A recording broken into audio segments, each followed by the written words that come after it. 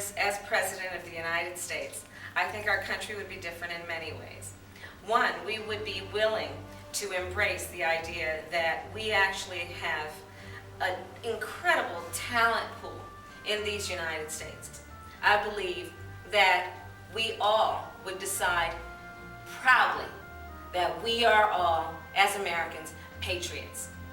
And I define, by the way, patriotism as the second of two in terms of I'm going to start that again. So Kamala Harris is running for president. I love good news. Love good news. I just love good news.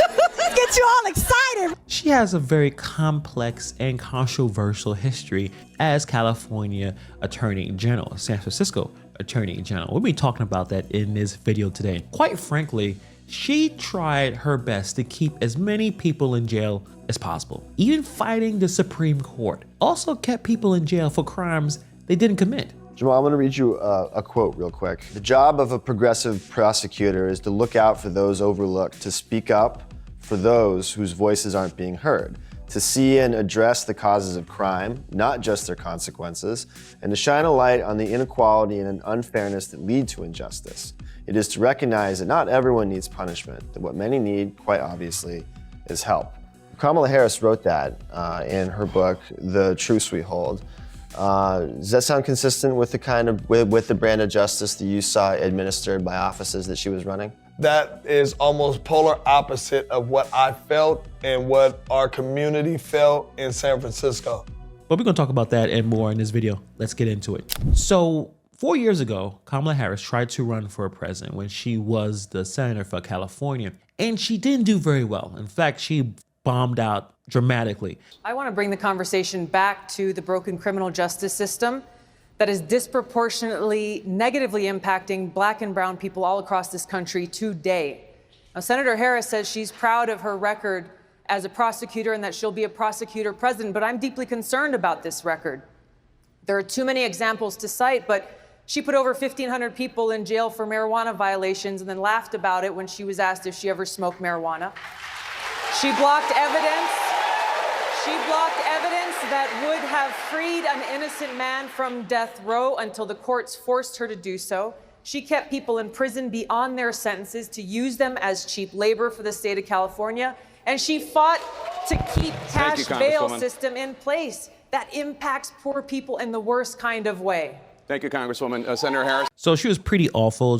All of a sudden, she may actually become president of the United States. But that's not the point of this video today. We're gonna be talking about Kamala Harris' history as California Attorney General.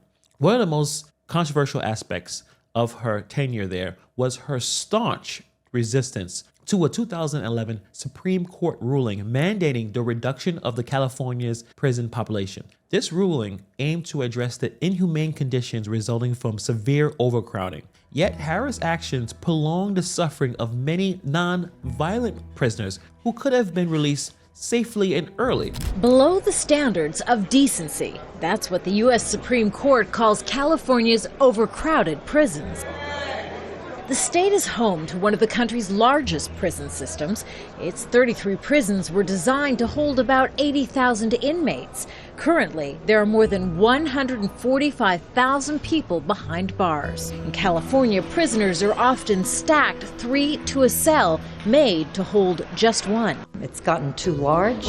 It's out of control. But now the U.S. Supreme Court, in its 5-4 ruling, says California's crowded prisons must change by putting prisoners into community-based corrections programs, or even by building more state-run prisons to avoid what one Supreme Court justice says has been needless suffering and death. How Kamala Harris fought to keep non-violent prisoners locked up. As California Attorney General, she spent years subverting the 2011 Supreme Court ruling requiring the state to reduce their prison population. The overseeing of the judicial panel nearly found the state was in contempt in court.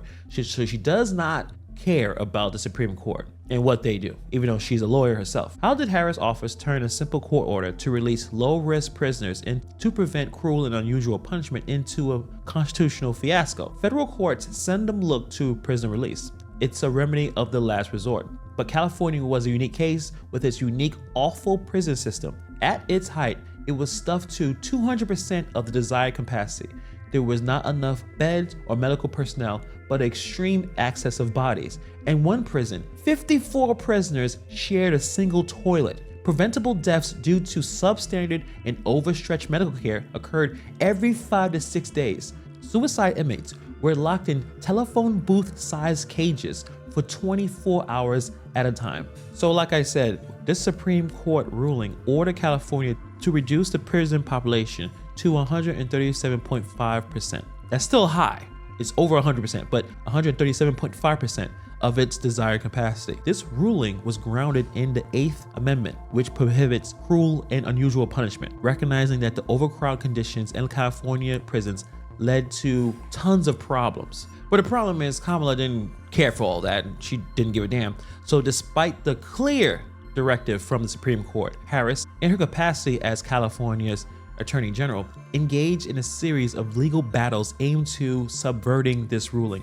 Working closely with Governor Jerry Brown at the time, Kamala Harris's office filed numerous motions that were condemned by judges and legal experts all over the place. They condemned them as obstructionist and in bad faith. These actions included arguing that the Supreme Court lacked jurisdiction to order the reduction and proposing alternative solutions that did not comply with the court's mandate, which doesn't make a whole lot of sense there.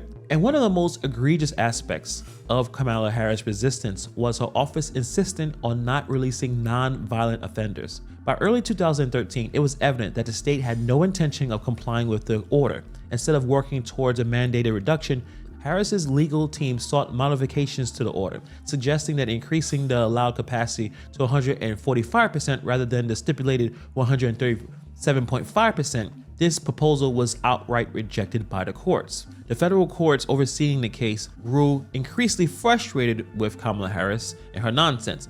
By 2013, California was still significantly over the court-proposed population limit, and the state made little progress towards meeting the targets. In response, the judges considered holding the state in contempt of court, a rare and serious measure that underscored the gravity of the situation. People were dying in these prisons, particularly non-violent offenders. Many legal experts sharply criticized Harris's actions, describing it as a misguided effort to undermine the enforcement of constitutional rights. Kamala Harris's refusal to comply with the Supreme Court order had serious consequences for thousands of non-violent offenders.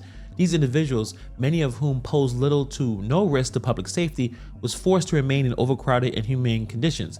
The proposed solutions by Harris's office often involved relocating inmates rather than releasing them, thus perpetuating the cycle of overcrowding and neglect. So what are some of the theories of why she kept people in jail longer than they probably needed to? Was it she wanted to be tough on crime? But non-violent offenders, when you have no resources to take care of them, doesn't make a whole lot of sense. So why did she keep so many people in jail? Was Harris just trying to be tough on crime? Being tough on crime can appeal to a large base of voters who prioritize safety and order. It's possible. Or, as you saw that video earlier, was she trying to use them for labor? Keeping violent offenders in jail was partly due to the use of prison labor, particularly in fire camps. Inmates in these camps are used to fight wildfires, and their labor is considerably cheaper than hiring civilian firefighters. California avoids spending about $80 to $100 million a year by using prison labor to fight its biggest environmental problem. Well, the people in the fire camps, it's $2 a day, but when you're out fighting a fire, it's $1 per hour. In 2014, lawyers from Harris's office argued against the release of nonviolent offenders, suggesting that the release would reduce the availability of labor for these fire camps. I am not kidding. I just want to show you guys right here. It says, and I'm not kidding. So at the time, most of the prisons were working with groundskeepers, janitors, and kitchen staff. According to this LA Times report, Harris's lawyers argued in court that releasing those workers would dramatically reduce the prison labor pool. However, Harris told BuzzFeed in 2014 that she was shocked when she heard about her lawyer's defense. I was very troubled about what I heard. I just need to find out what we actually said in court. So you are running all these lawyers and you don't know what they said. You don't know where their defense is. That sounds like a complete lie. But we're actually going to talk about some more troubling issues where Kamala Harris and her lawyers tried to keep innocent people in jail for crimes they did not commit. Let's get into it. When we talk about justice, we often imagine a system that works tirelessly to ensure that the innocent are protected and the guilty are held accountable. But what happens when those who are supposed to uphold justice instead contribute to its failures? But let's talk about one of these cases right now, Jamal Truelove, a case of coercion and wrongful conviction. Jamal Truelove's nightmare began in 2007 when he was wrongly convicted of murder. His conviction rested heavily on the testimony of a single eyewitness who later admitted to being coerced by the police. Truelove was sentenced to 50 years to life and spent over 6 years in prison before his conviction was overturned in 2015. The District Attorney of San Francisco, Kamala Harris, appeared in the courtroom during your trial twice. Yeah, the 2 times that Kamala Harris showed up to my trial was when I got convicted and also when they laid down the sentencing. When you saw her on the day that the verdict was handed down, did you take that as a bad sign? It felt to me that she was well aware about my case and she was there to set her presence, almost take pride in getting a conviction. I don't have no history of crime. What's up, boy? I have a history of being around in the community, but that doesn't mean that I'm a suspect. I'm like, oh man, I'll be out within 72 hours. They're gonna figure this out. When I put in my appeal, the people that's fighting against my appeal to keep the conviction is the Attorney General office. I learned it reading, their reply to my appeal, and you see Kamala Harris' name at the bottom. And now it's starting to feel a little personal. He eventually won a $13.1 million settlement from the city of San Francisco for his wrongful imprisonment. Like I said earlier, the prosecution key witness was pressured by police, falsely identified Truelove as the shooter. So it was already unethical from the very start. There was no physical evidence linking Truelove to the crime. The Ninth Circuit Court of Appeals noted significant prosecutorial misconduct, including the suppression of exculpatory evidence. This misconduct under Harris's watch as district attorney showed a blatant disregard for due process and justice. Truelove's wrongful conviction in the years he lost in prison highlight a justice system that under Harris's leadership seemed to be more focused on securing convictions than ensuring fairness. In another story, Daniel Larson was also wrongly convicted. 13 years ago, he was given a sentence of 27 years to life for a crime he didn't commit. And now he walks out of jail for the first time in more than a decade, a free man. And we're now learning what led a judge to toss out his sentence. This is back in 1999 for possessing a concealed weapon and sentenced to 28 years to life under California's 3 strikes law. 3 felony charges and you are going to jail for the rest of your life. His conviction was based on police testimony, despite multiple eyewitnesses that could attest to his innocence. After a federal judge overturned his conviction in 2009, Harris's office challenged his release, resulting in Larson remaining in prison for another 4 years. Larson's conviction was partly due to his lawyer's failure to present key witnesses that could prove his innocence. Instead of rectifying this injustice, Harris's office chose to uphold it. Even after the judge overturned the conviction, Harris's office argued against his release on procedural grounds, claiming he did not present evidence of his innocence in time. This technicality over truth approach kept an innocent man behind bars for 4 more years. Harris's handling of Larson's case is a reminder of how procedural technicalities can be weaponized to deny justice. Her decisions reflect a prioritization of maintaining convictions over correcting wrongful imprisonments, further damaging the credibility of the justice system. I would hope that Harris can talk about these things, as now she is running for president. It's going to be all about her. Biden has been pushed aside, and a lot of things that she could not answer when she tried to run for president 4 years ago, and she had no chance of winning. She basically, I don't think she even won her own state. As Harris campaigns for presidency, let's hold her at the same scrutiny you want to hold the other guy. Voters must critically examine her record to understand what her leadership could mean for the future of criminal justice in America.